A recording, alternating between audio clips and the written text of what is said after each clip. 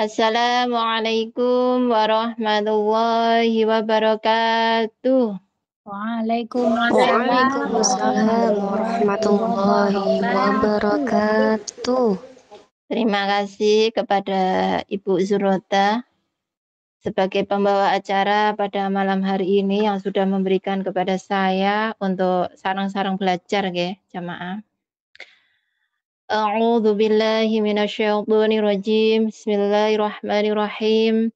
Alhamdulillahirabbil alamin wa bihi nasta'in wa ala umuri dunya waddin wa ala alihi wa sahbihi ajma'in.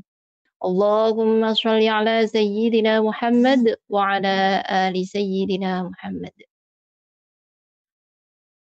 Hadratil kiram, para alim ulama, asatid wa ustazat, pendiri, pembimbing Majelis Ta'lim Iwamid on Air. Nafa'anallahu bihim wa bi'ulumihim fid dunya wal akhirah. Wabil khusus kepada Al-Mukarram Bapak Ustadz Tri Noviantoro Murad yang kami nantikan ziyada ilmu dan barokah doanya.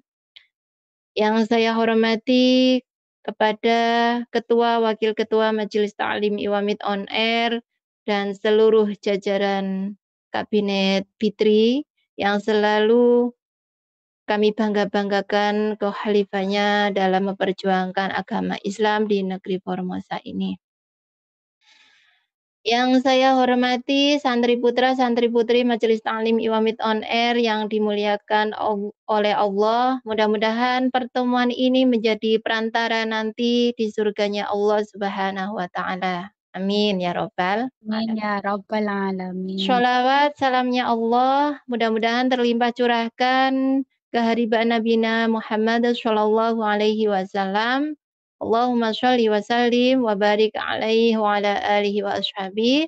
Dan mudah-mudahan kelak kita semua mendapatkan syafaat beliau di yaumul qiyamah. Amin ya Rabbal Alamin. Jamaah Majelis Ta'lim Iwamid on Air rahimakumullah. Alhamdulillahirabbil alamin. Kita sudah memasuki bulan Zulhijjah pada bulan ini ya. Untuk memasuki bulan Muharram berarti bulan depannya. Terus napa mboten? Berarti kurang berapa? Ya. Jadi kita di sini belajar sareng apa yang harus kita ketahui yaitu di sini saya membawakan tema keutamaan di bulan Ramadan.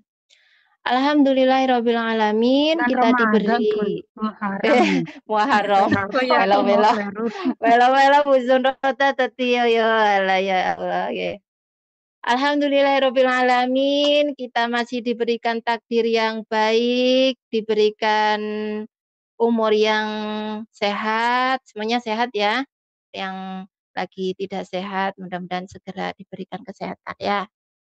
Dan diberikan umur panjang dan mudah-mudahan nanti diberikan umur panjang ya pada saat ini kita sudah menjalankan sunah-sunah di bulan Zulhijjah. Mudah-mudahan apa yang sudah kita keluarkan diterima oleh Allah Subhanahu wa Ta'ala. Dan mudah-mudahan juga kita diberikan umur yang panjang, sehat jasmani rohani, sehingga kita dapat bertemu pada bulan Muharram, yaitu bulan yang akan datang. Bulan Muharram ini merupakan salah satu bulan yang dimuliakan oleh Allah Subhanahu wa Ta'ala. Dari 12 bulan tersebut, suaraku kenceng ya, Bapak Ibu? Kenceng nggak ini? Nggih mboten napa-napa pun, biar nggak ngantuk aku. Oh ya, memang sengaja tak kencengin ya. Ya. Jadi dari 12 bulan tersebut ada 4 bulan yang dimuliakan oleh Allah Subhanahu wa Ta'ala. Ada yang tahu apa saja itu?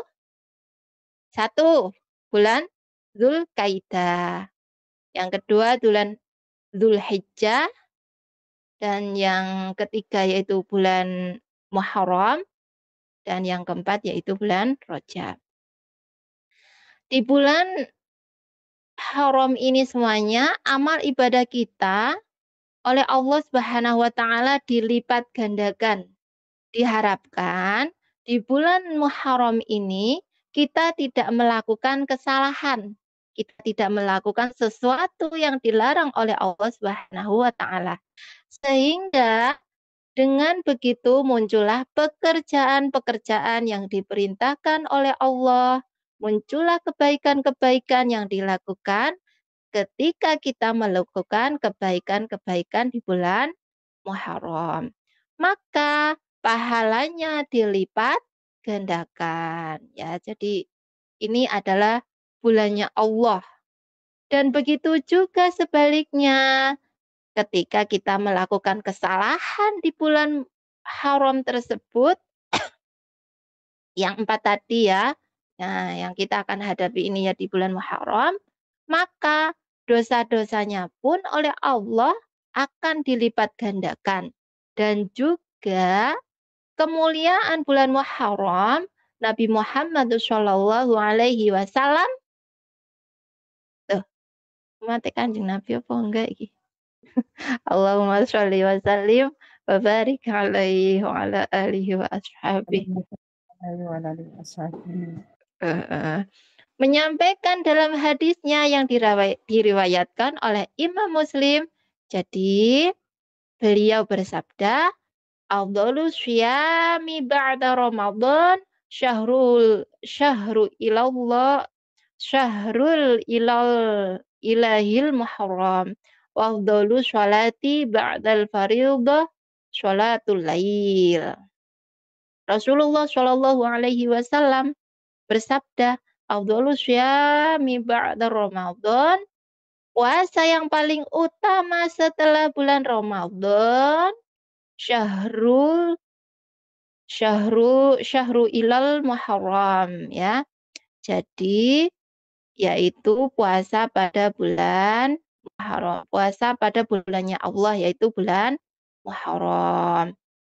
Wa afdhalus sholati ba'dal fariidah.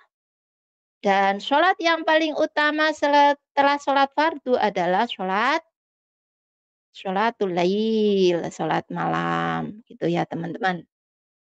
Jadi puasa yang paling afdal setelah bulan Ramadan yaitu puasa di bulannya Allah, yaitu puasa di bulan apa teman-teman? Bulan Muharram.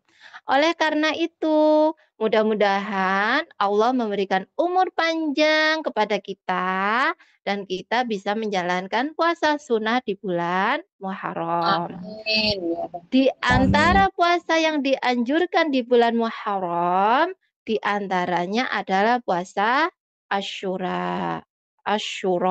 Syura. Puasa Asyura adalah kita puasa di tanggal 10 Muharram. Ketika sahabat bertanya kepada Nabi Muhammad Shallallahu Alaihi Wasallam, Wasalli wasallim wa barik alaihi wa ala alihi wa ashabihi.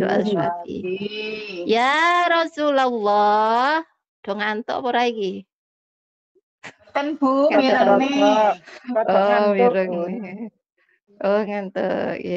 Ya Rasulullah, puasa di bulan 10 Muharram tersebut juga dilakukan oleh orang-orang Yahudi dan orang-orang Nasrani. Begitu ya, tanya sahabatnya.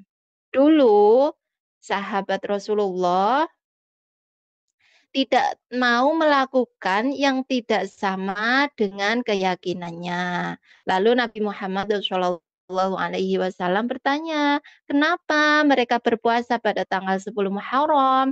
Ternyata mereka pun mengagungkan pada tanggal 10 Muharram.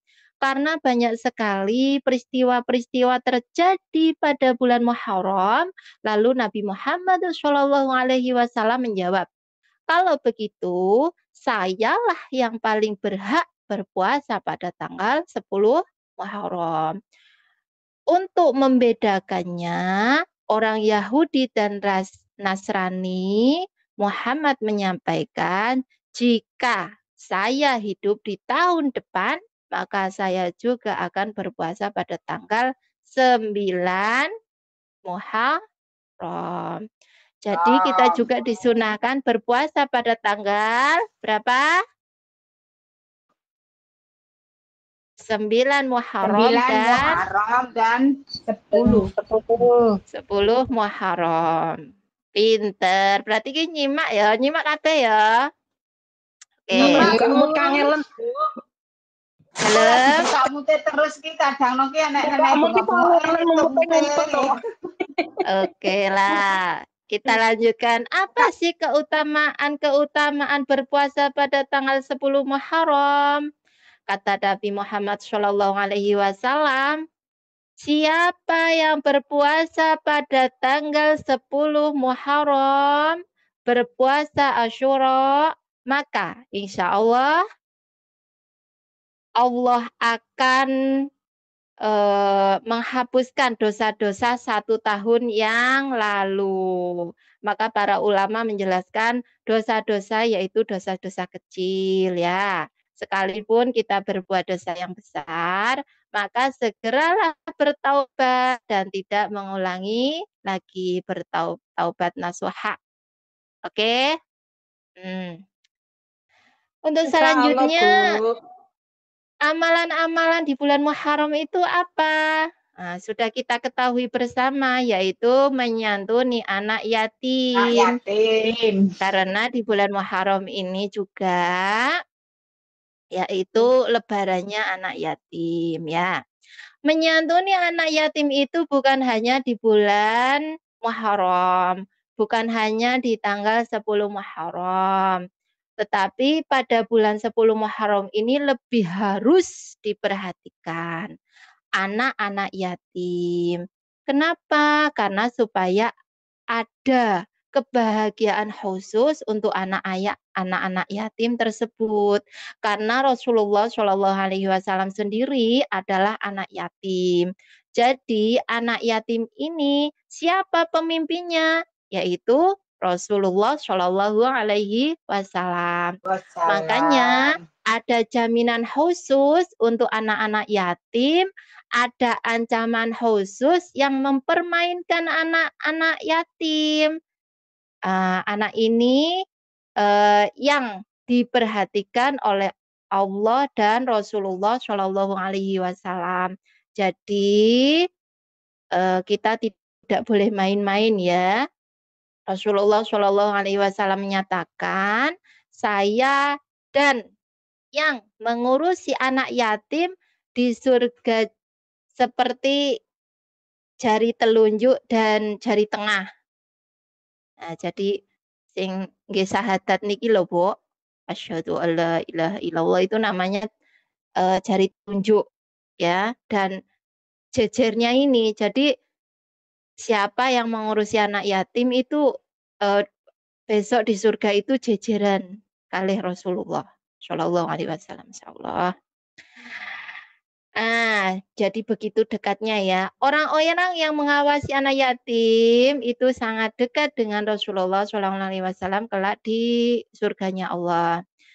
Nah, tetapi seburuk-buruk rumah yang di dalamnya, sebaik-baik rumah itu yang di dalamnya ada anak yatim. Tetapi seburuk-buruk rumah yang di dalamnya ada anak yatim dan berbuat buruk pada anak yatim tersebut, sehingga anak yatim tersebut merasa tidak nyaman di rumahnya. Ngoten niku, Bapak Ibu.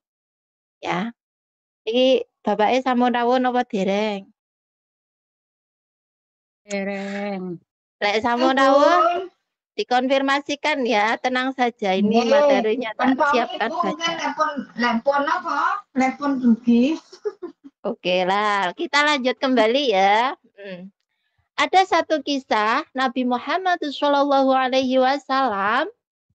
Inilah kenapa kita harus mencintai anak yatim. Kenapa kita harus mencintai orang-orang yang nggak mampu, yang hidupnya kesendirian.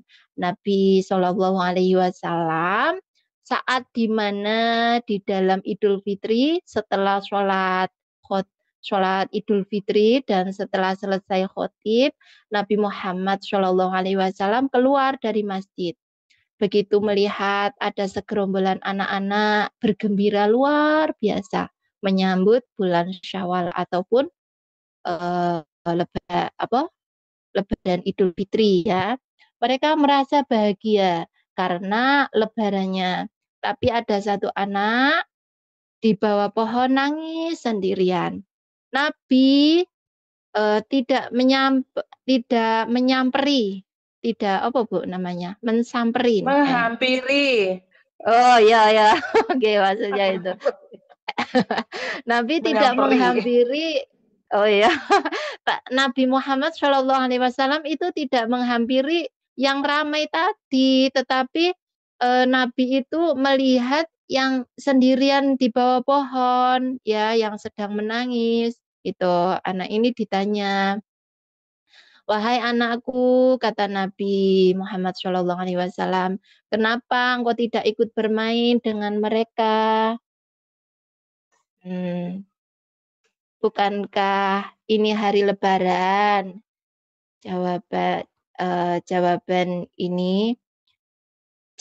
anak ini seperti ini, ya Rasulullah, seandainya aku memiliki baju atau celana baru, nanti aku akan diterima oleh kawan-kawanku. Aku datang ke sana, saat ini aku hanya diejek oleh mereka. Nah, setelah itu Rasulullah bertanya, kemana ayahmu?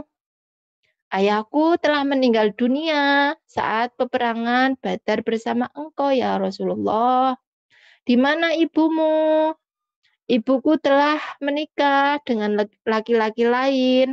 Setelah itu ibuku dibawa oleh laki-laki tersebut. Aku ditinggalkan ya Rasulullah. Di mana paman dan bibimu? Aku tidak memiliki saudara dari kedua orang tuaku. Aku hidup sendiri. Di mana saudara-saudarimu?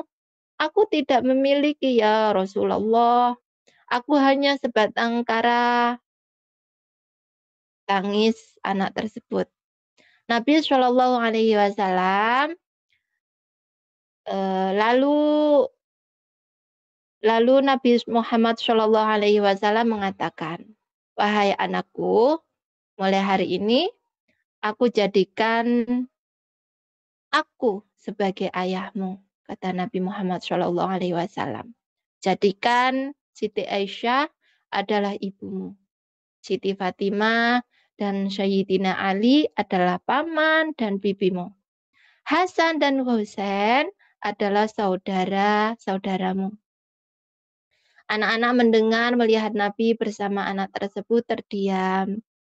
Anak ini sendirian sangat gembira dengan kesendiriannya dan bergabung dengan anak-anak lainnya. Begitu ya, setelah bergembira tadi. Terus anak-anak yang lainnya bertanya, wahai sahabatku, tadi engkau menangis. Sekarang kenapa engkau bergembira? Apa jawabannya? Bunda? Oh, ngoten. Ya, Ban. Monggo kita mengaturkan salam kepada Bapak Ustadz Trino Biantoro Murad. Assalamualaikum warahmatullahi wabarakatuh. Waalaikumsalam warahmatullahi wabarakatuh. Ahlan wa sahlan Bapak Ustadz nggih. Demikian tadi nggih dari saya, mudah-mudahan pertemuan yang singkat ini ada sesuatu hikmah yang bisa diambil nggih jamaah, dan tentunya banyak sekali kekurangannya. Mohon maaf lahir dan batin nggih jamaah. Sami-sami Bu, sakonduripun. Sami-sami Bun, nggih sakonduripun. Terima kasih matur suwun, saya akhiri. Wallahul muwaffiq ila aqwamit thoriq wal 'afu minkum. Wassalamualaikum warahmatullahi wabarakatuh. Waalaikumsalam warahmatullahi wabarakatuh. Untuk selanjutnya saya serahkan kembali kepada Ibu Zundrota sebagai pembawa acara pada malam hari ini. Terima kasih. Terima kasih kami ucapkan kepada Ibu Ani Wahyuni yang telah menyampaikan kultum malam hari ini. Semoga apa yang beliau sampaikan tadi bisa mengambil hikmah dan tambahan ilmu yang bisa kita amalkan dalam kehidupan sehari-hari dan diridhoi oleh Allah Subhanahu wa taala. Amin ya rabbal Amin alamin. ya rabbal alamin. Jemaah yang dirahmati Allah Subhanahu wa taala, memasuki acara selanjutnya adalah kajian inti dan tanya jawab yang akan disampaikan oleh beliau Al-Mukarram Al-Ustadz Bapak Tri Novantoro Murad. Kepada beliau yang terhormat, monggo dibuka mic-nya. Salam sareng-sareng. Assalamualaikum Assalamualaikum warahmatullahi wabarakatuh. Waalaikumsalam warahmatullahi wabarakatuh. Alhamdulillah, beliau sudah hadir. Ahlan wa sahlan bi hudurikum, Ustaz. Mari jamaah kita bersolawat kepada baginda Rasulullah Shallallahu Alaihi Wasallam. Sallu ala Nabi Muhammad. Allahumma salli wa sallim wa barik wa ala alihi wa ashabihi. Ya Nabi salam ya Rasul salam alaika ya Habib salam alaika sholawatullah Allahumma salli wa sallim wa barik alaih wa ala alihi wa ashabihi. Kepada beliau Al-Ustadz Tri Novantoro Murad dengan segala hormat kami haturkan. Bismillahirrahmanirrahim. Assalamualaikum warahmatullahi wabarakatuh. Waalaikumsalam warahmatullahi wabarakatuh. Innalhamdulillah nahmaduhu wa nasta'inuhu wa nastaghfiruh wa na'udzu billahi min shururi anfusina wa min sayyiati a'malina. Man yahdihillahu fala mudilla lahu wa man yudlil fala hadiya lahu.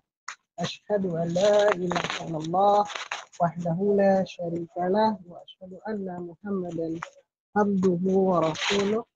Allahumma shalli wa sallim ala sayyidina Muhammadin wa ala alihi wa ashabihi wa man tabi'ahum bi ihsanin ila yaumil.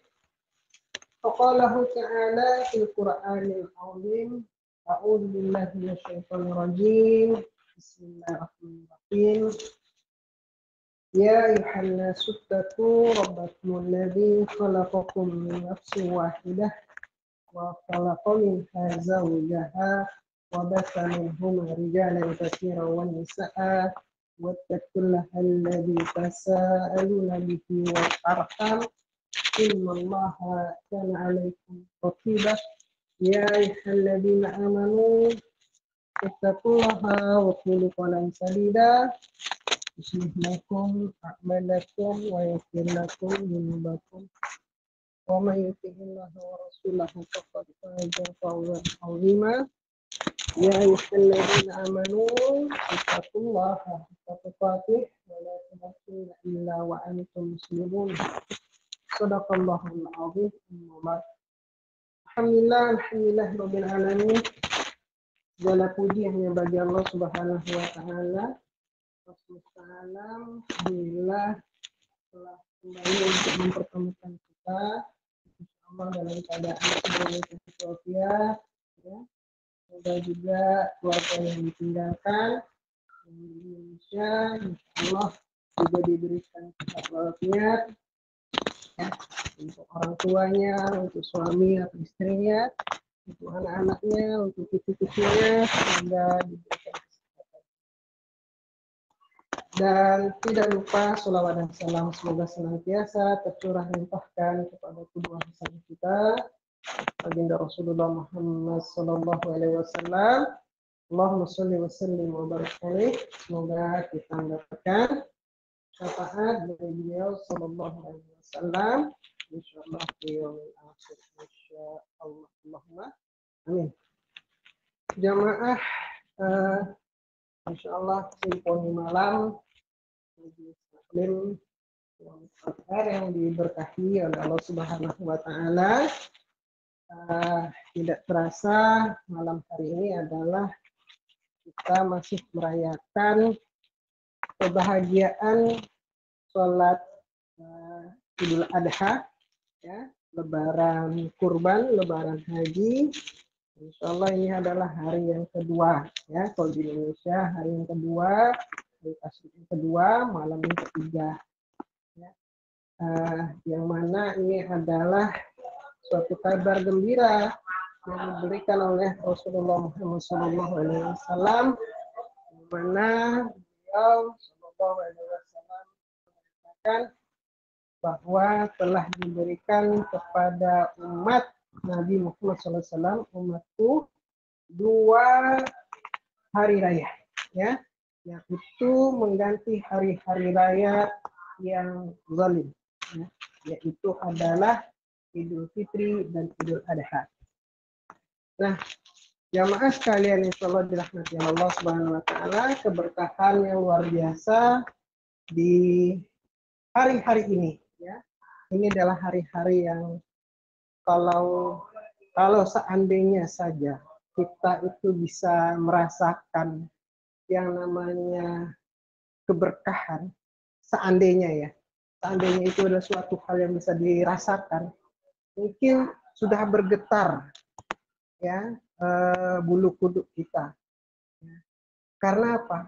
Luar biasanya keberkahan yang Allah turunkan pada saat-saat ini, ya. Hanya saja memang kita tidak bisa merasakan itu, yang namanya keberkahan itu hanya bisa dirasakan oleh orang-orang yang ketika dia punya iman yang kuat, ya, iman yang kuat. Ketika iman itu sudah kuat, maka dia akan merasakan kedekatan oleh Allah Subhanahu Wa Taala, maka memahami keberkahan itu, ya. Dengan cara apa? Dengan cara dia semakin taat dan takwa kepada Allah Subhanahu Wa Taala.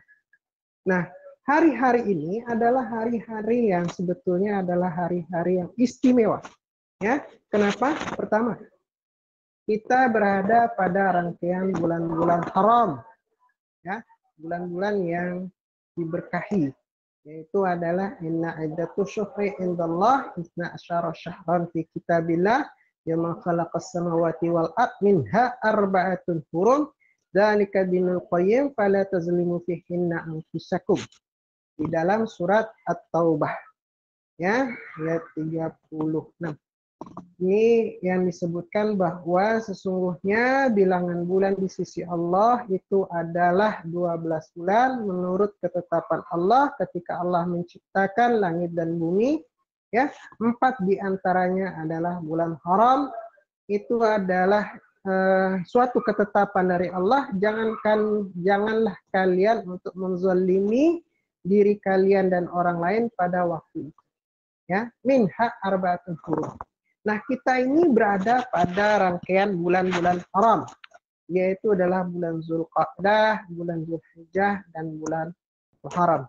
Nah, pembahasan malam hari ini, kalau saya dapat dari pengurus, dari Humas, pembahasan kita adalah keutamaan bulan Muharram, yang belum kita itu masuk, tapi sudah kita bahas, ya, pada kesempatan malam hari ini.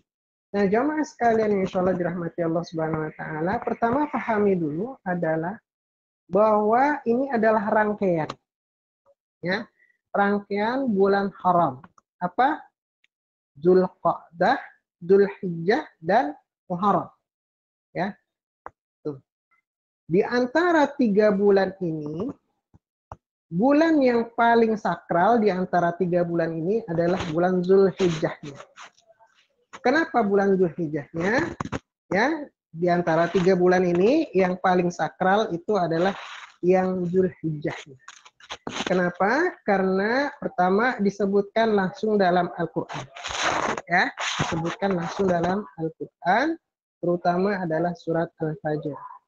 Wal fajr walayalin asyr. Demi fajar dan demi 10 malam. Ya. Demi fajar dan demi 10 malam. Maksud daripada 10 malam adalah 10 malam yang pertama bulan Dzulhijjah. Ya. Makanya itu suatu hal yang sakral. 10 malam bulan Dzulhijjah. Nah, ini sudah berlalu. Ya, sudah berlalu. Di mana fadilahnya adalah kita diharapkan untuk memperbanyak, yaitu melaksanakan amalan saleh. Ya, salah satunya juga adalah kita melaksanakan puasa Arafah di tanggal 9 Dzulhijjah. Nah, kemudian kita melanjutkan dengan ibadah kurban. Ya, bagi yang punya kesempatan dan diberikan oleh Allah Subhanahu wa taala rezeki, maka melaksanakan haji, ya. Haji di Baitullah dengan melaksanakan manasik hajinya, ya, melaksanakan tawaf, sa'i, kemudian juga ya mabit di Mina, mabit di Musdalifah, kemudian wukuf di Arafah dan diakhiri dengan kembali tawaf, tahallul, kemudian diikuti dengan lempar jumroh, ya, 3 jumroh. Nah, ini ketika kita diberikan oleh Allah Subhanahu wa taala keberkahan melaksanakan ibadah haji, dan kita harap semuanya, saya mendoakan kita semua yang hadir di sini insya Allah bisa melaksanakan ibadah haji, insya Allah. Ya. Dan jangan pernah kemudian kita bilang, oh saya belum dapat panggilan. Ya, jangan. Kenapa? Karena jamaah semuanya sudah dapat panggilan. Ya, Allah sudah memerintahkan Nabi Ibrahim alaihissalam untuk memanggil semua ruh yang ada. Ya, maka ruh-ruh itu kemudian menjawab ya dengan panggilan Ibrahim alaihissalam untuk melaksanakan haji. Artinya memang sudah ada panggilan. Nah, tinggal kita mau atau tidaknya. Ya, jadi jangan bilang belum ada panggilan. Salah. Ya, panggilannya sudah ada, tinggal kita mau menjawab panggilan itu atau tidak. Ya, maka insya Allah kita berharap kita adalah orang yang insya Allah diberikan kesempatan untuk bisa melaksanakan ibadah haji. Ya. Dan kemudian ketika orang itu yang tidak bisa melaksanakan ibadah haji, maka mereka di negeri masing-masing melaksanakan kurban dan diikuti dengan amalan soleh. Ya, tapi banyak sayang sekali di antara ya di kampung misalnya di kampung saya ini, contohnya ada yang takbiran, ada yang joget-joget. Nah ini ya, jadi merasa bahwa ini kesalahan yang harus diluruskan bahwa pelaksanaan Idul Adha atau Hari Raya itu nggak boleh kita cemari dengan melaksanakan kegembiraan yang melampaui batas. Ya, kegembiraan yang melampaui batas yaitu tadi ya karaoke dan lain sebagainya. Enggak. Ya, kebahagiaan Idul Adha, kebahagiaannya bukanlah dengan kita menari-nari, kita berkaraoke, tidak. Tapi kebahagiaannya adalah kita bisa memberikan sesuatu yang kita cintai kepada orang lain, ya. Kita berkurban, kemudian kita saling berbagi kepada orang lain.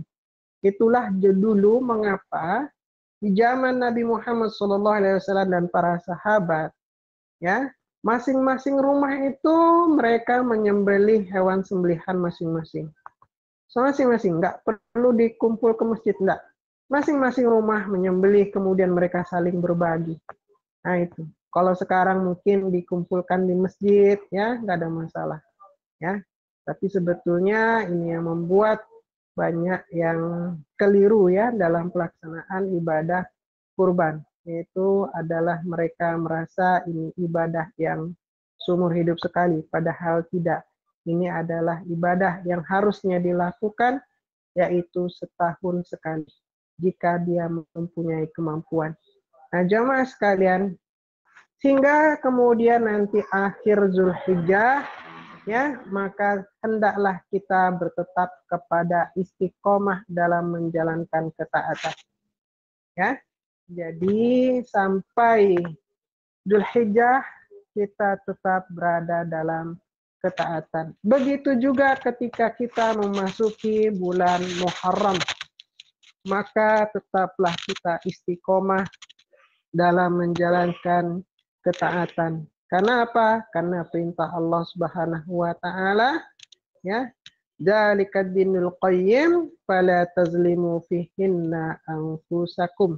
Itulah ajaran agama yang lurus ya, yaitu adalah dia senantiasa berada dalam ketaatan ya, fala tazlimu fihinna anfusakum. Jangan kalian menzalimi diri kalian sendiri dan orang lain pada hari-hari tersebut, bulan-bulan tersebut. Maka karena ini adalah rangkaian ibadah yang terjadi ya, 90 hari lah kira-kira. 90 hari kita laksanakan dengan ketaatan. Bukan berarti bulan lainnya tidak. Tapi di bulan ini adalah bulan-bulan istimewa. Ya, bulan-bulan istimewa.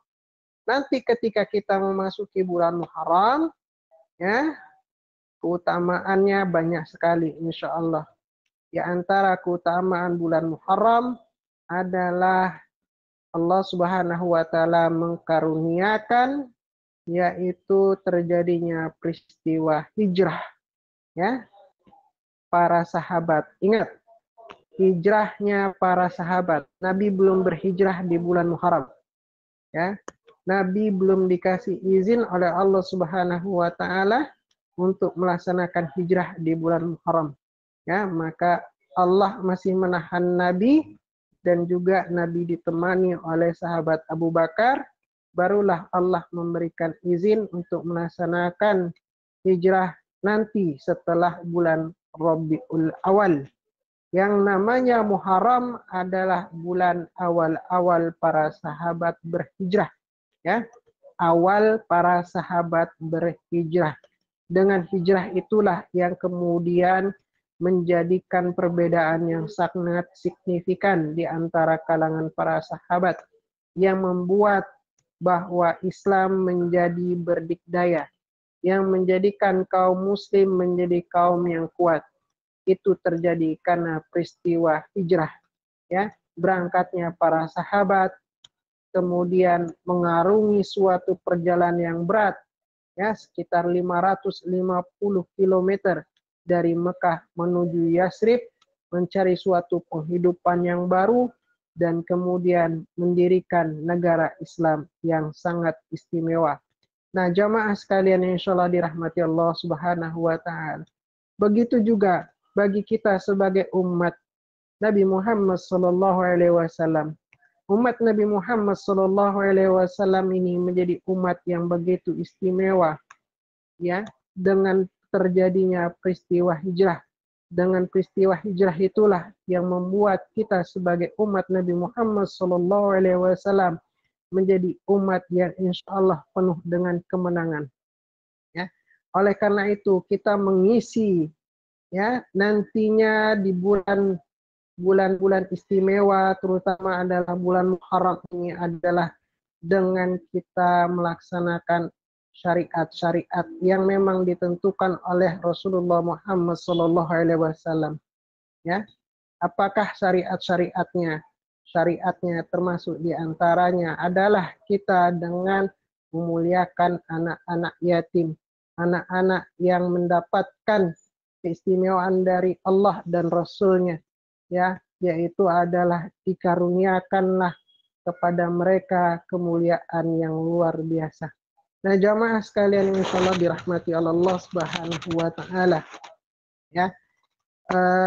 insya Allah kesempatan yang Allah berikan kepada kita dalam menjalankan ketaatan ini harus kita jalankan dengan sebaik-baiknya. Setiap saat ya, insya Allah kita menjadi pribadi-pribadi yang insya Allah senantiasa taat kepada Allah Subhanahu wa Ta'ala kapanpun dan dimanapun kita berada. Ya, mungkin jamaah sekalian ada yang ingin ditanyakan terkait dengan masalah bulan haram, terkait dengan Zulhijjah, dengan Muharram, silakan untuk ditanyakan. Demikian, Assalamualaikum warahmatullahi wabarakatuh.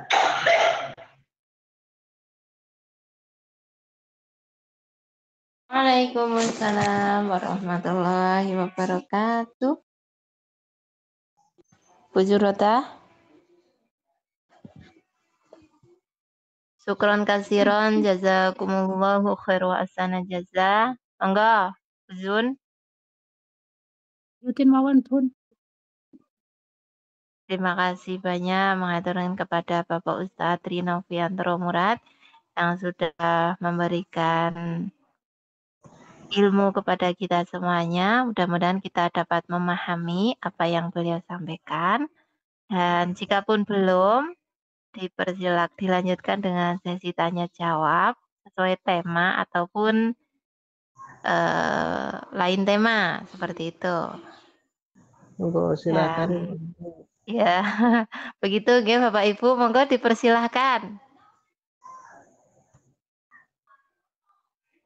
Jamaah. Assalamualaikum warahmatullahi wabarakatuh. Waalaikumsalam warahmatullahi wabarakatuh. Iwamit.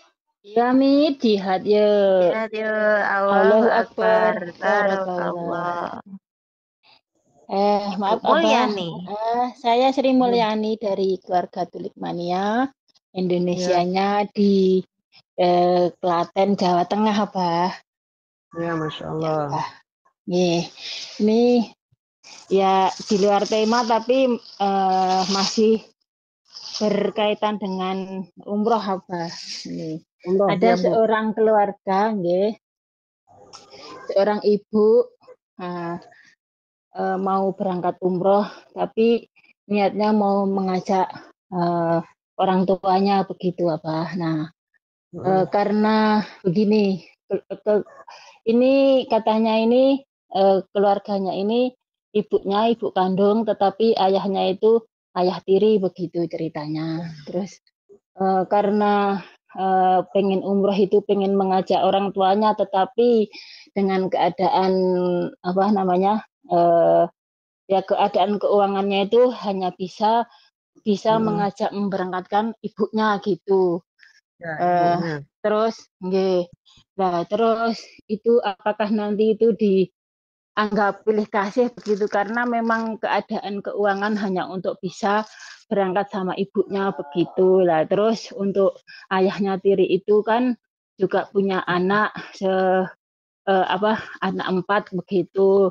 Terus maksudnya si ibu ini untuk bapaknya ini minta tolong adik-adiknya membiayai bapaknya gitu. Tapi belum ada jawaban, tetapi si ibu ini tetap mengajak, misalkan adik-adiknya itu tidak mau membiayai bapaknya, tetap mau mengajak ibunya gitu. Tapi terus niatnya itu ya ingin berbakti pada ibunya gitu. Bukannya maksudnya pilih kasih, karena keadaan keuangan hanya bisa untuk berangkat bersama ibunya begitu. Itu nanti bagaimana gitu, Abah, mau tanya penjelasannya gitu. Misalkan adik-adiknya nggak mau memberangkatkan bapaknya, tapi si ibu ini tetap mau mengajak ibunya gitu. Bukan maksud pilih kasih karena bapaknya itu bapak tiri, bukan, karena keadaan keuangannya hanya bisa berangkat bersama ibu kandungnya begitu, Abah. Mohon penjelasannya nanti saya sampaikan kepada yang bersangkutan yang punya masalah ini, Abah. Sebelumnya terima kasih dan mohon maaf lahir batin, Abah. Terima kasih. Pertanyaannya silakan duduk dan kita dengarkan bersama-sama. Kepada Bapak Ustadz Rinoviantoro Murad, kita persilahkan. Terima kasih Ibu. Ya, perjalanan untuk bisa ziarah ke Masjid Haram, Masjidil Haram adalah perjalanan yang disyariatkan untuk ya semua kaum muslimin ya. Jadi hanya ada 3 tempat di dunia ini yang disyariatkan untuk bersungguh-sungguh untuk melaksanakan perjalanan, yaitu adalah Masjidil Haram, Masjid Nabawi, dan juga adalah Masjidil Aqsa. Ya, setidaknya kita diminta untuk berziarah ke Masjidil Haram dan Masjid Nabawi karena memang kondisi Masjidil Aqsa belum bisa terbuka untuk hampir kebanyakan orang. Nah, apalagi jika memang usia ya, faktor usia yang mana jika belum mampu untuk melaksanakan syariat haji, minimal kita bisa melaksanakan syariat umroh, ya syariat umroh, minimal melaksanakan perjalanan umroh. Tapi memang perjalanan umroh adalah perjalanan yang memakan biaya, dan biayanya memang sebetulnya relatif ya. Ada yang mampu, ada yang memang tidak mampu, ya. Tapi bisa jadi bagi sebagian masyarakat itu memang berat, ya. Umroh itu adalah perjalanan yang berat, terutama adalah finansial yang cukup lumayan, ya. Nah, ketika memang hanya bisa misalnya ibu dengan orang tua wanita, ibu kandung, ya, maka itu sangat diperbolehkan karena memang mahram, apalagi bersama dengan rombongan umroh, ya. Nah, ketika harusnya memang ada ya bapak tiri, tapi karena kondisinya tidak memungkinkan secara finansial untuk membawanya, maka sebetulnya juga diperkenankan. Hanya saja ya supaya tidak terjadi masalah, kita tinggal untuk melaksanakan komunikasi yang baik dengan pihak bapak ya. Kalau misalnya bisa dibantu dengan dana, ya alhamdulillah. Tapi kalau misalnya tidak bisa mencukupi ya kebutuhan pendanaan, maka tinggal kita bicarakan dengan baik-baik saja dengan alasan adalah karena umur, ya, karena usia yang memang tidak mencukupi waktunya. Kalau misalnya nanti di lain kesempatan ada rezeki lagi, maka terutama untuk yang bapak itu sebetulnya lebih enak, ya lebih enak. Karena apa? Bisa berangkat sendiri, ya. Ditemani karena memang harus ada yang nama kalau perempuan itu pendamping umrohnya, ya. Setidaknya bersama dengan grup An-Nisa, grup perempuan. Ya, jadi ibu sama itu sudah grup nisa ya, grup perempuan. Ya, tinggal ya ngomong dengan baik-baik saja dengan keluarga, kalau misalnya bisa mencukupi untuk bisa digenapkan ya pendanaan itu alhamdulillah. Kalau tidak ya memang diniatkan saja untuk tetap berjalan ya. Tetap berjalan dengan harapan adalah nanti di kemudian kesempatan bisa memberangkatkan bapaknya walaupun tidak bareng ya, walaupun tidak bareng ya. Tuh, karena yang namanya rezeki memang baru cuman saat ini ya silahkan ya. Kalau misalnya ditunda lagi khawatirnya apa Bu? Khawatir umur kita ini ya. Kalau misalnya haji, bagus haji. Tapi karena nggak bisa, ya umroh. Cuman kalau ditunda lagi, khawatir lagi. Ya semakin tua, semakin tidak kuat. Ya, kalau misalnya ada kemampuannya hanya misalnya cuma 2 orang, ya 2 orang saja dulu diberangkatkan.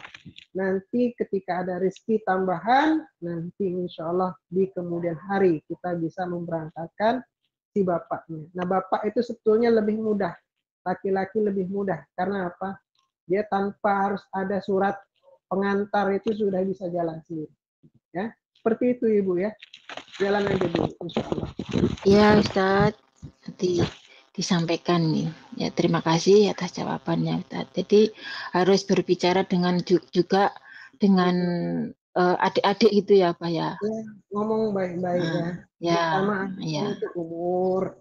Ya, alasan kalau perempuan kan harus ditemani. Nah, kalau laki-laki nanti insya Allah ada rezeki lagi, tapi nggak saat ini. Kayak gitu alasannya gitu. Sebabnya katanya gini juga apa, misalnya ini si ibunya ini mengalah biar buat bapak sama ibunya, tetapi si ibunya nggak mau kalau nggak tidak dengan anaknya gitu. Nah iya, karena nggak bisa. Ibunya itu mau sama siapa nanti? Kan ada pendampingnya. Pendampingnya misalnya suaminya atau pendampingnya ya ibu sendiri. Iya gitu. Iya. Iya Pak. Intinya itu ada pendampingnya itu loh Bu. Nah pendamping itu bisa jadi Ya. alasan. Ya Pak, terima kasih atas penjelasannya dan nasihatnya Pak. Nanti kita sampaikan nih. Terima kasih ya Pak. Silahkan yang lain. Terima kasih. Monggo dilanjutkan jemaah. Masih ada lagi nggak? Ya, bebas ya. Dipersilahkan untuk ada sesuatu yang mau ditanyakan. Ini kadang kalau udah turun baru pengen nanya. Baru. Iwamit. Ya, monggo. Dondi. Lihat yuk. Allahu Akbar. Barakallah. Monggo. Barakallah. Ada nggak? Assalamualaikum warahmatullahi wabarakatuh. Waalaikumsalam warahmatullahi wabarakatuh. Ibu Murtini dari mana? Indonesianya? Bapak Ustadz, Kula Murtini dari Magetan, Jawa Timur. Ya. Anggrek merah. Dari Tingtung, keluarga Anggrek Merah. Monggo. Pertanyaan Bapak Ustadz, ini masih mengenai umroh dan haji. Dan ini pertanyaannya, ciri-ciri haji mabrur niku yang bagaimana, haji atau umroh yang mabrur niku yang bagaimana? Oke. Insya Allah itu saja pertanyaannya. Terima kasih. Wassalamualaikum warahmatullahi wabarakatuh. Waalaikumsalam warahmatullahi wabarakatuh. Nggih, monggo Bapak Ustaz. Pertama pahami dulu adalah Mekah, Madinah itu adalah tanah suci. Ya. Tanah suci yang kita disyariatkan untuk melaksanakan perjalanan ke sana. Hanya saja, rupanya tanah suci ini suci, tapi tidak bisa mensucikan orang yang mendatanginya. Maksudnya apa? Maksudnya adalah orang yang datang ke sana tidak kemudian lantas menjadi orang suci. Ya. Tapi Allah Subhanahu wa Ta'ala jika berkehendak menjadikan seorang itu berubah menjadi lebih baik, jadilah dia lebih baik. Ya. Tapi tidak bisa menjadikan seseorang itu menjadi suci. Itulah mengapa Abu Jahal di sana, Abu Lahab di sana, di Mekah. Ya. Tapi tidak menjadikan mereka menjadi orang yang baik, orang yang kemudian beriman dan bertakwa. Makanya, ini ada suatu hal yang entah bisa dipercaya atau tidak, tapi hampir kebanyakan orang mengalaminya. Yaitu adalah akan timbul muncul watak aslinya ketika di tanah suci. Ya. Maksudnya gimana? Ini. Ketika orang itu menjadi orang yang terlalu sombong atau terlalu menjadi orang yang mementingkan diri sendiri, keluar waktu aslinya ketika dia menjalankan umrohnya. Nah, makanya kita ini harus meluruskan niat. Ini banyak hal kejadian ini kayak gini. Jadi ketika di tanah suci di Mekah itu muncul waktu aslinya dalam perjalanan itu. Paham nggak jamaah? Paham nggak? Yes. Nanti dimulai dari hotel, dari apa itu muncul tuh. Ya. Makanya kita harus meluruskan niat dalam melaksanakan ziarah ke ketika umrah ke Masjidil Haram atau ziarah ke Masjid Nabawi dengan benar-benar meluruskan niat. Karena kalau tidak meluruskan niat, ya, yang terjadi adalah, ya, ini banyak terjadi, yaitu adalah justru tidak menjadikan umrohnya itu menjadi kebaikan untuk dirinya. Paham nggak? Banyak yang nggak paham mungkin. Paham Ustaz. Tidak menjadikan umroh itu menjadi kebaikan bagi dirinya. Banyak itu yang terjadi. Lalu apa ciri-cirinya? Umrohnya diterima, umrohnya hajinya mabrur, umrohnya mabrur, adalah ada perubahan yang lebih baik pada diri orang tersebut dari sebelum umroh ketika setelah umroh menjadi jauh lebih baik. Ya. Menjadi orang yang sholat, menjadi orang yang taat, menjadi orang-orang yang senantiasa melaksanakan kebaikan. Coba perhatikan, saya sebetulnya memperhatikan ketika beberapa kali umroh itu ya. Itu beberapa kali saya ketemu dengan beberapa artis. Tidak disebutkan beberapa. Ya. Tapi yang kemudian saya perhatikan, ya, ternyata artis yang datang ke sana, ya, ketika balik ke Indonesia, itu kembali kepada watak asalnya. Nggak sholat, ya. Kemudian bahkan melaksanakan apa namanya itu ya, operasi plastik, ya. Hingga ada beberapa, ada yang cowok, ada yang cewek, ya. Sehingga perjalanan umroh ini seperti menjadi hanya perjalanan wisata. Karena dia punya uang, dia melaksanakan umroh, kemudian tobat sebentar, balik lagi. Begitu, kondisinya malah kok aneh, malah ketika itu dia nangis-nangis, tapi ketika pulang ke Indonesia, malah operasi plastik, ya kan? Itu suatu hal yang menurut jamaah aneh tidak? Hah? Ya, aneh. Saya nggak sebut. Tapi memang beberapa kejadian ketika saya umroh, saya ketemu dengan beberapa artis yang seperti itu. Ini bagi saya, saya pelajari, ini adalah suatu hal yang agak aneh. Suatu hal yang aneh. Sehingga menjadikan perjalanan umroh itu hanya sebagai perjalanan piknik ibadah, piknik ritual. Ya. Bukan menjadikan perjalanan perubahan diri yang totalitas. Bukan perjalanan yang dari jadi buruk, kemudian baik, kemudian bertobat, kemudian yang dulunya tidak sholat menjadi sholat, yang tidak jilbab menjadi berjilbab. Enggak. Balik lagi ke mode asalnya. Balik lagi ke mode asalnya. Enggak pakai jilbab.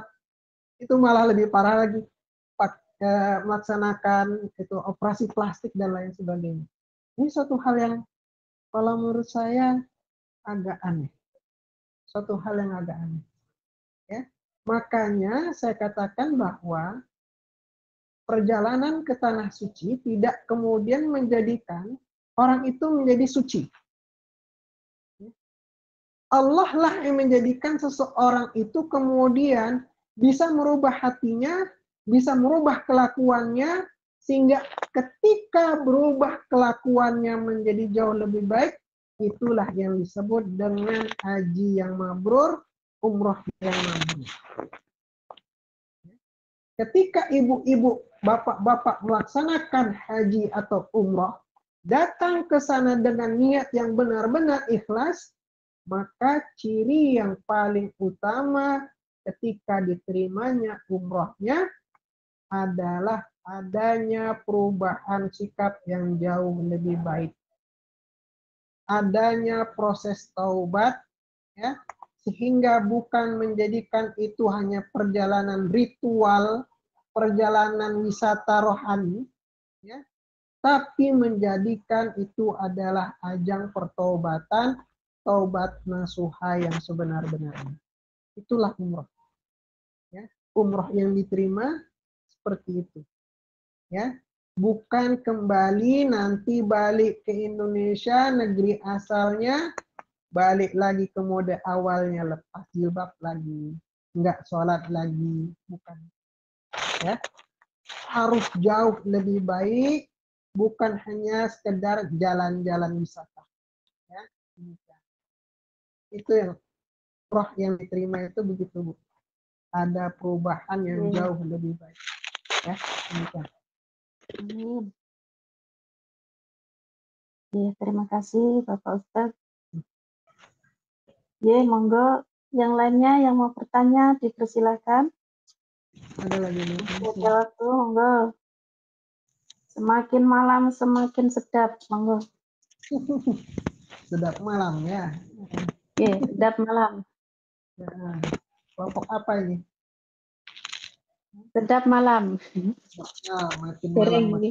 Belum. Nah, Ya, monggo Bu Ibu. Bu. Di anggrek. Ya, kelompok yang lain lah. Nah, saya ini ikut Wamis. Jamaah. 12. Tak maksudnya.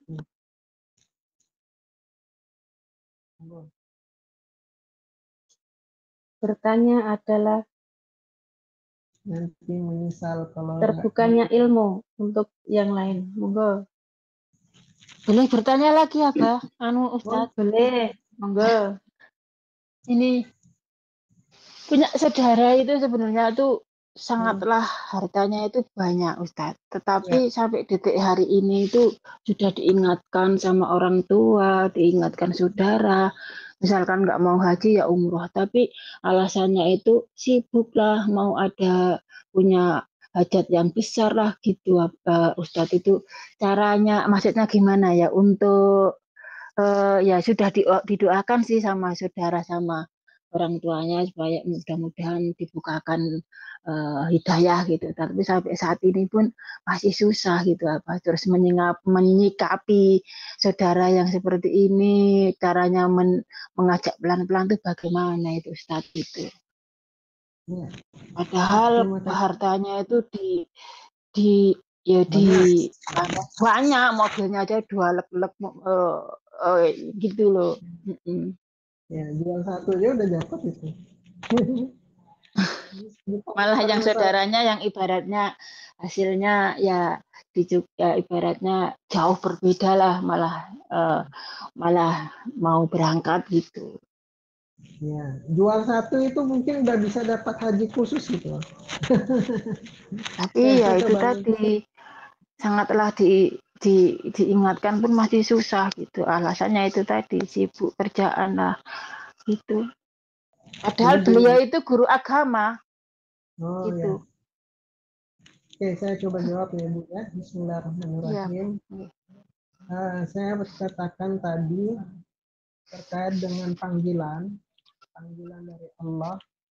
Jangan pernah kita bilang, oh saya belum ada panggilan. Itu suatu hal yang keliru dan salah. Karena sesungguhnya panggilan itu sudah ada. Saya katakan ya, panggilan itu sudah ada. Allah sudah menyeru kepada Nabi Ibrahim alaihissalam untuk disuruh kepada umat manusia untuk memanggil ruh-ruhnya manusia untuk bisa melaksanakan ya ibadah haji umrah ya mengunjungi Masjidil Haram. Ya. Artinya sudah ada panggilan. Sudah ada yang namanya petunjuk itu sudah ada. Jadi bilang saya belum dapat petunjuk itu bohong besar, itu hanya omongan-omongan yang keluar dari lisan-lisan tanpa ada hal yang membenarkan. Ya, misalnya bilang saya belum dapat hidayah, saya belum dapat petunjuk, itu hanya omongan dari lisan-lisan dia yang nggak bisa ditanggungjawabkan. Karena sesungguhnya petunjuk itu sudah ada, hidayah itu sudah ada. Tinggal dia sendirilah ya, yang mau atau tidaknya. Ibarat begini, Bu. Kita berada di dalam suatu ruangan rumah yang tertutup. Jendela ditutup, ya. Kemudian pintu ditutup, ordeng ditutup, ya. Apakah cahaya akan masuk? Padahal siang hari. Maka dia akan gelap walaupun di siang hari. Ya kan? Benar nggak? Coba.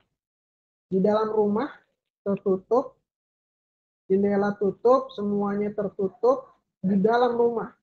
Dia akan walaupun siang hari, di dalam rumah dia akan gelap. Itu terjadi karena apa? Karena dia menutup semua pintu-pintu, jendela, hordeng, semuanya ditutup. Sehingga cahaya tidak akan masuk.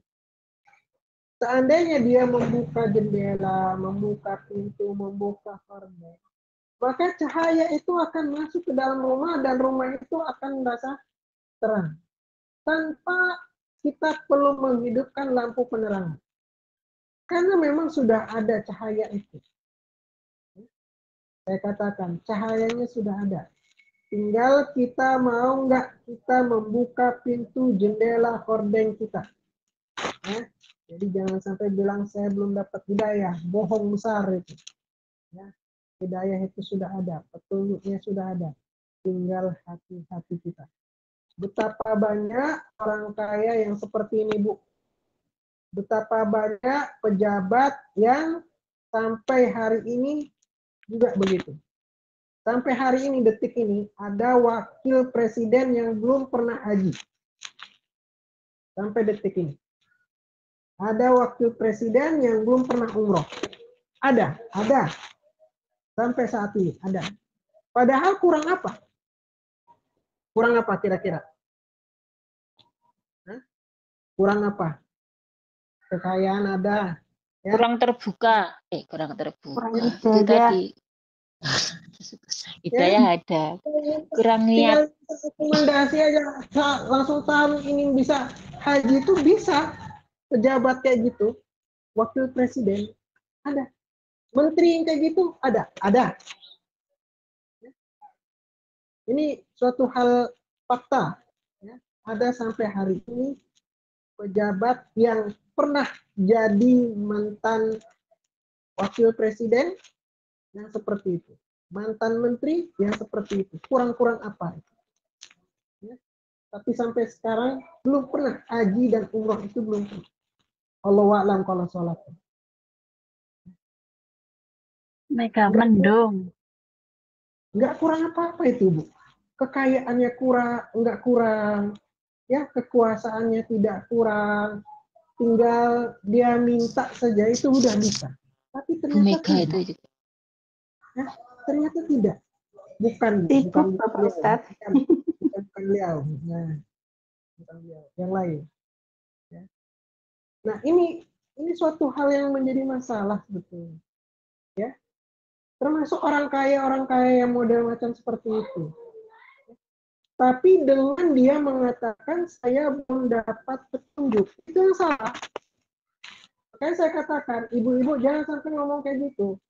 Kalau misalnya, mohon maaf saya belum dapat petunjuk, saya belum dapat hidayah, itu artinya sebetulnya kita mengunci diri kita, menutup jendela kita, menutup hordeng kita, sampai kapanpun tidak akan bisa cahaya itu masuk. Karena kita ngomong kayak gitu. saya belum dapat petunjuk. Sampai kapanpun dia nggak akan dapat petunjuk. Paham nggak? Ibu jamaahnya mah. Jamaah paham nggak? Hati-hati Iya. ya. Iya, Dapat ya petunjuk. Ustaz. Nggak Ya, boleh. Ya. udah diingatkan juga masih susah tuh. Ustaz, gimana? Nah, ketika diingatkan, yang penting kita sudah mengingatkan. Ya. Maka Allah Subhanahu wa taala katakan, "Lima ta'idhanallahu yu'allimuhum aw yu'adzibuhum adaban syadida." Qalu ma'dziratan ila rabbikum la'allahum yattaqun. Mengapa engkau tetap menasihati orang yang senantiasa akan disiksa atau diazab dengan azab yang pedih? Maka tetaplah kalian memberikan nasihat dengan alasan pertama adalah iktizar, berlepas tanggung jawab. Yang kedua, la'allahum yattaqun, semoga mereka bertakwa. Yang pertama, kita tetap memberikan masukan, nasihat, ya, karena itu ada tanggung jawab moral kita, tetap kita memberikan nasihat. Yang kedua, mungkin nasihat kita nggak didengar saat itu, tapi mungkin terngiang-ngiang nanti di waktu kesempatan yang akan datang, mungkin nasihat kita itu akan didengarkan. Ya. Nah, oleh karena itu, tetap memberikan nasihat dan diberikan doa. Kalau dia nggak bisa mendengar apa yang jadi nasihat kita sudah. Yang penting sudah kita nasihati orang tersebut. Seperti itu, Ibu. Ya. Dari nasihati, dari doakan, dia nggak mau dengar, ya sudah. Mau gimana lagi? Ya. Bahaya memang. Ya. Bahaya lidah itu bahaya. Yang dapat hidayah. Ini nggak boleh ngomong begitu ya. Insya Allah hidayah itu sudah ada. Tinggal kita mau nggak. Ya Ustaz. Ya, alhamdulillah. Ya, terima kasih Ustaz. Silakan, ada yang lain? Monggo, Bapak Ibu yang lain yang mau bertanya. Ya, boleh di luar tema. Saya bertanya, Ustaz. Assalamualaikum warahmatullahi wabarakatuh. Waalaikumsalam warahmatullahi wabarakatuh. Ustaz, ini ada pertanyaan dari teman saya. Itu kan di sini kan kita kerja, gaji UMR kita kan sekian, sama ya semuanya gitu. Itu gaji kita itu harus dizakatin enggak saja? Ustaz. Yang kedua itu dia kan belum punya rumah. Janda belum punya rumah, tapi dia ingin mendaftar haji sama mendaftar umroh, tapi belum punya rumah. Terus dia tanya sama saya, mana dulu kah yang didahulukan, rumah dulu atau haji dulu, daftar haji sama umroh gitu, Ustaz. Mohon jawabannya saja, Ustaz. Ustaznya terus ya. Terima kasih, Ustaz. Assalamualaikum warahmatullahi wabarakatuh. Waalaikumsalam warahmatullahi wabarakatuh. Ya. Pertanyaan pertama terkait dengan gaji ya. Dengan gaji ini berlaku untuk semuanya. Ya. Insyaallah jawabannya mohon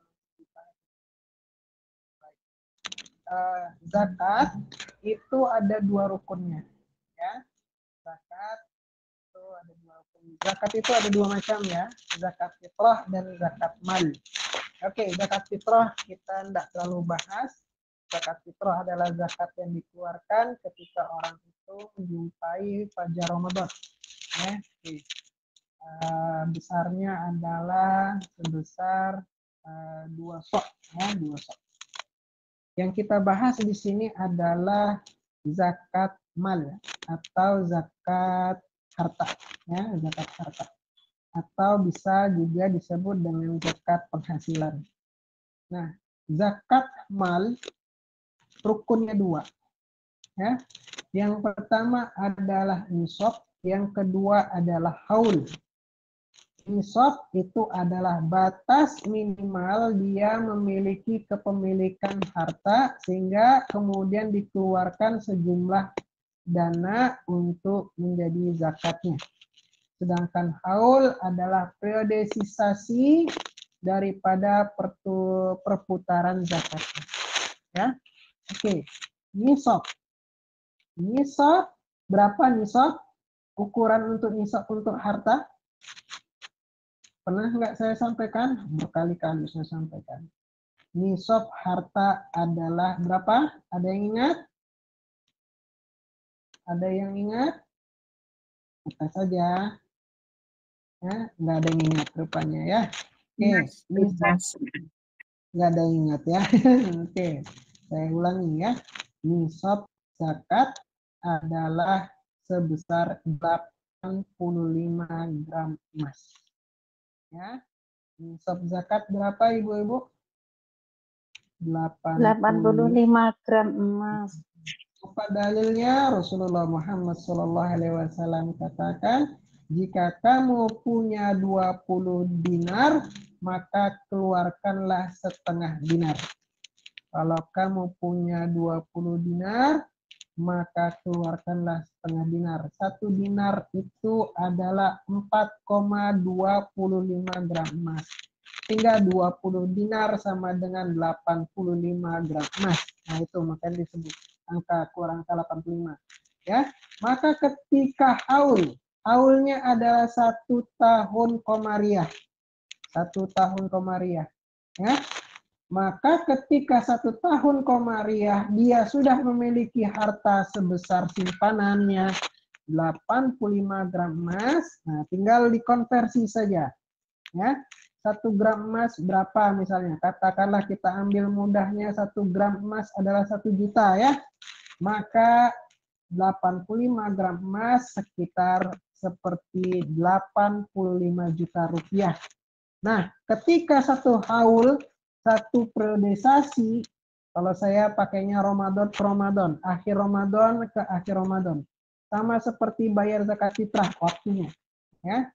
Maka ketika dia sudah memiliki harta sebesar simpanan 85 gram emas atau 85 juta rupiah, maka dikeluarkanlah 1/40. Ya. 1/40-nya. Ya, yaitu berapa? 2,5%. Ya. Maka kalau misalnya katakanlah ibu sudah punya simpanan. Ini sudah dikeluarkan uang ini apa namanya? Uang kiriman, uang pulsa ya. Dan kemudian dalam 1 tahun bisa mengumpulkan atau punya simpanan lebih daripada 85 juta rupiah, maka wajib mengeluarkan zakat sebesar 2,5%. Katakanlah 100 juta rupiah harta yang terkumpul dalam akhir Ramadan itu, maka karena di atas 85 juta rupiah, dia sudah wajib zakat, keluarkanlah 2,5% dari 100 juta itu sebesar 2,5 juta rupiah. Tuh, seandainya belum mencapai nisab zakat 85 juta rupiah, maka belum wajib zakat. Paham nggak? Susah ya memang? Paham nggak tadi? Ya? Paham nggak? Nah, ibu-ibu misalnya udah gajinya lumayan, ya. Sebulan dapatlah misalnya seseran 20 ribu rupiah ditambah jadi 45 ribu rupiah ya, 45 ribu Taiwan dollar. Ya. Kan gede itu 45 10 juta. kali 12. Ya, 20 juta ya. 20 juta. 10 juta. 10 juta. Iya, Juta. 10 juta, Pak. 10 juta. Berarti 20 ribu berarti 20 ribu juta. 20 ribu. Ya, katakanlah gede lah Bu ya, 10 juta. 10 juta kali 12 berapa? 120 juta. Ya kan? 120 juta. Udah dikurangi itu macam-macam. Dikurangi pulsa, makan, dan lain sebagainya. Nyampe enggak 85 juta? Minus. Hah? Gajinya sekolah tinggal minus Ustaz, kebutuhannya banyak. Karena di bawah 85 juta maka tidak wajib zakat. Ya.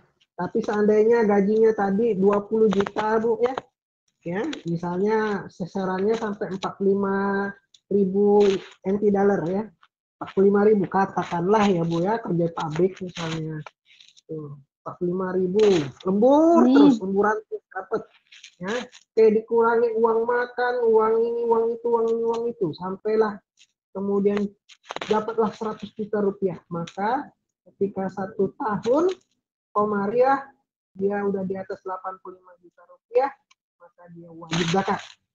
Wajib zakat, maka keluarkan per 40 atau 2,5%. Gitu cara ngitungnya. Paham nggak? Nggak paham. Berarti satu bulannya itu zakatnya berapa Ustaz tadi jadinya dihitungnya itu? Bukan per bulan. Kalau saya tidak menghitungnya per bulan. Jadi dikalikan 1 tahun. 1 tahun. Tersisa. 1 tahun. Pas tahun itu. Saldo terakhirnya tahun itulah kira-kira. Kalau hitungnya itu, ini saldo ketika bayar zakat fitrah, nah dibarengi dengan zakat mal itu. Oh, saldo saya sekian nih. Nah, keluarkan. Memang lebih berat. Setannya lebih besar soalnya. Iya kan? Iya. Misal 1 Coba tahun bisa bersih 100 juta ya berarti zakatnya itu 2,5 juta. Nah, beratnya itu ngeluarin 2,5 juta. Kan berat. Nah, setannya memang berat nih. Di situ. Kalau paham. Paham ya? Kalau saya bukan termasuk orang yang mengeluarkan per bulan. Kalau saya lebih prefer tidak membaginya secara dibagi jadi 12 karena memang rukunnya bukan dibagi bulanan. Tapi memang dibaginya secara tahunan, bukan bulanan. Ya. Kalau ada memang yang lain yang lewat bulanan, silahkan, tidak disalahkan. Tapi beberapa ulama termasuk Imam Syafi'i, ya, Imam Malik dan imam-imam yang lain itu tidak melaksanakan secara bulanan tapi tahunan. Maka saya mengikuti pendapat mereka bahwa itu dikeluarkan secara tahunan bukan bulanan. Pengeluaran. Yang kedua ya, janda ya. Pertanyaan yang kedua terkait dengan janda. Janda yang mana tadi Bu ya? Janda yang belum punya rumah. Belum punya rumah, tapi mau mendaftar haji dan umroh dulu. Oke. Yang penting itu bukan punya rumah, Bu. Yang penting itu adalah punya tempat tinggal. Yang penting itu bukan punya rumahnya, yang penting adalah dia punya tempat tinggal. Beda nggak? Ya? Beda. Beda. Yang penting adalah dia punya tempat tinggal. Wajib, penting. Wajib punya tempat tinggal. Tapi tempat tinggal tidak wajib harus bikin. Tapi dia boleh kontrak. Nggak ada masalah. Kontrak itu nggak ada masalah. Bukan suatu hal yang aib. Ya. Kalau dia pengen punya rumah yang permanen, silahkan untuk dibeli dan tidak harus mewah. Ingat, tidak harus mewah. Yang penting punya tempat tinggal. Tempat tinggal yang layak, tempat tinggal yang menyenangkan untuk dirinya. Bagaimana ciri tempat tinggal yang menyenangkan? Pertama, ya, tetangga yang baik. Yang kedua, senantiasa mengajak kepada kebaikan. Itu tempat tinggal yang baik. Ya. Karena ada tempat tinggal yang tidak baik. Ya. Walaupun kondisinya mewah, tapi tidak mengajak kepada kebaikan. Sholatnya susah, ada nggak kayak gitu? Ya, ada.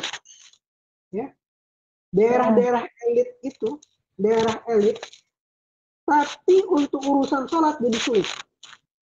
Karena daerah elit. Ya. Kemudian tetangganya tidak baik. Ya. Oke, kita kembali ya dalam pembahasan. Ingat bahwa yang penting itu adalah punya tempat tinggal. Ya, dia mau punya rumah dengan cara beli, dengan cara membuat, alhamdulillah, tapi bukan menjadi suatu hal yang kemudian dipaksakan harus punya. Ya, harus punya. Nah, mana yang lebih prioritas? Akhirat jauh lebih prioritas.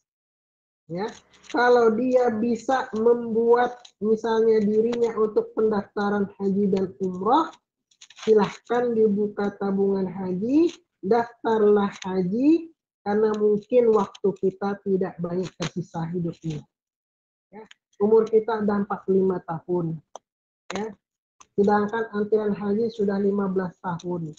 Kira-kira baru 60 tahun nanti kita baru bisa berangkat haji. Maka ketika umurnya masih muda, silakan untuk mendaftar haji karena antriannya begitu panjang. Ya, Allahu a'lam bishawab. Bisa dipahami, Bu? Ya. Paham. Oke. Ya. Paham, Itu Ustaz.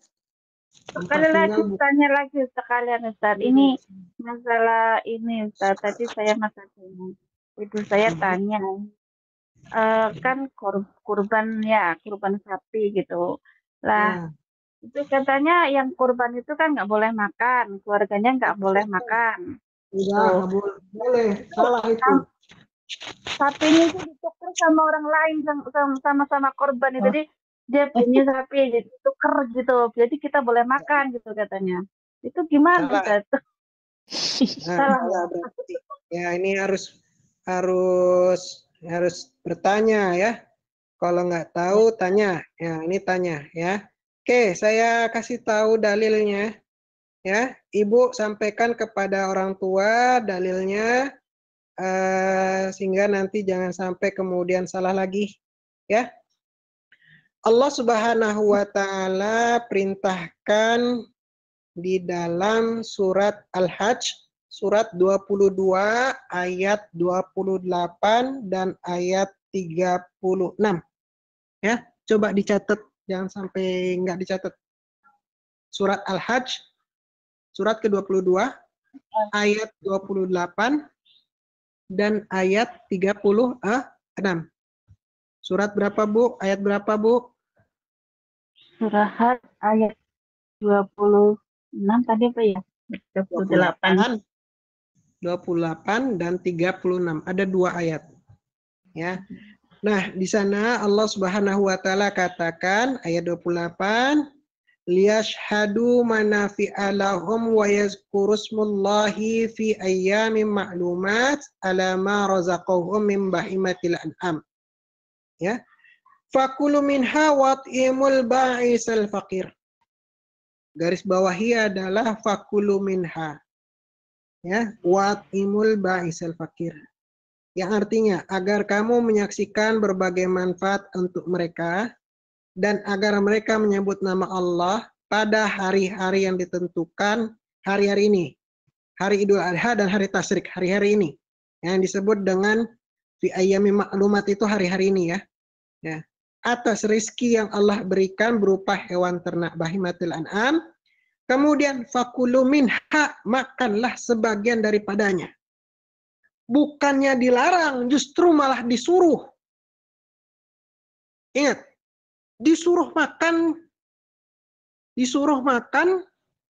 kurban kita sendiri. Ayat 28.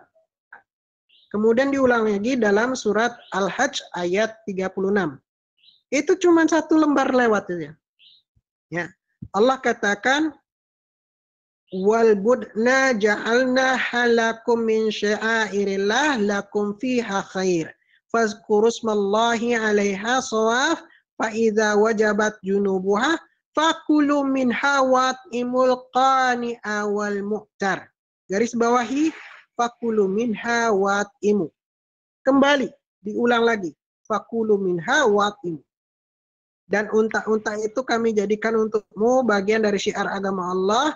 Kamu banyak memperoleh kebaikan padanya. Sebutlah nama Allah pada waktu berdiri.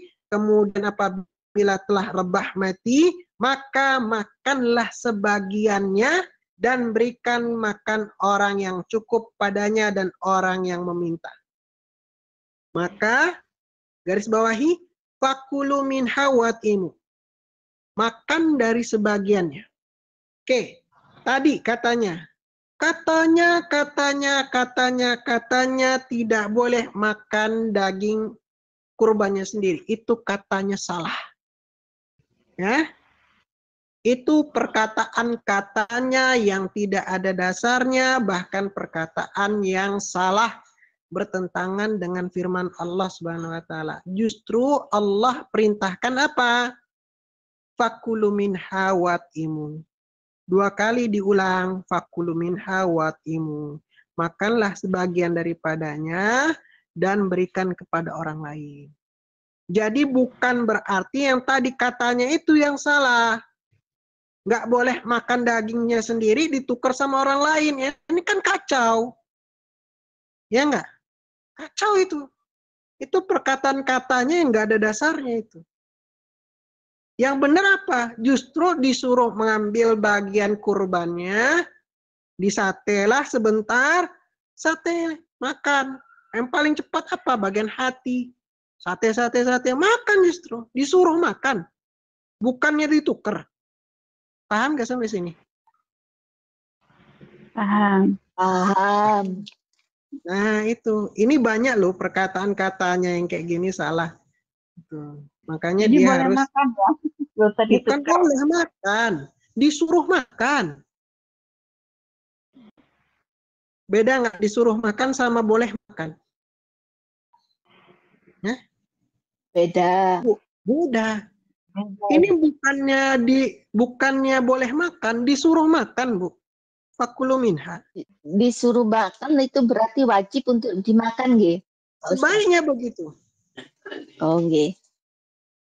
Bukannya malah ditukar sama orang lain, dilarang makan. Nah, ini kan kacau. Yang disuruh makan malah jadi dilarang makan. Mana yang benar? Ya. Perkataan Allah adalah perkataan katanya tadi yang benar. Makan jadinya, jadi ditukar gitu sama daging lain. Perkataan Allah yang benar. Mana perkataan Allah atau perkataan katanya tadi yang benar? Perkataan Allah. Bukan perkataan katanya yang nggak ada dasarnya ini. Gitu. Itu pentingnya ngaji. Jadi ngerti. Ya? Paham ya? Ya insya Allah. Paham. Oke, paham. Terima kasih Ustaz. Paham. Oke, alhamdulillah begitu Pak. Ada lagi pertanyaan? Apa cukup? Assalamualaikum warahmatullahi wabarakatuh. Waalaikumsalam.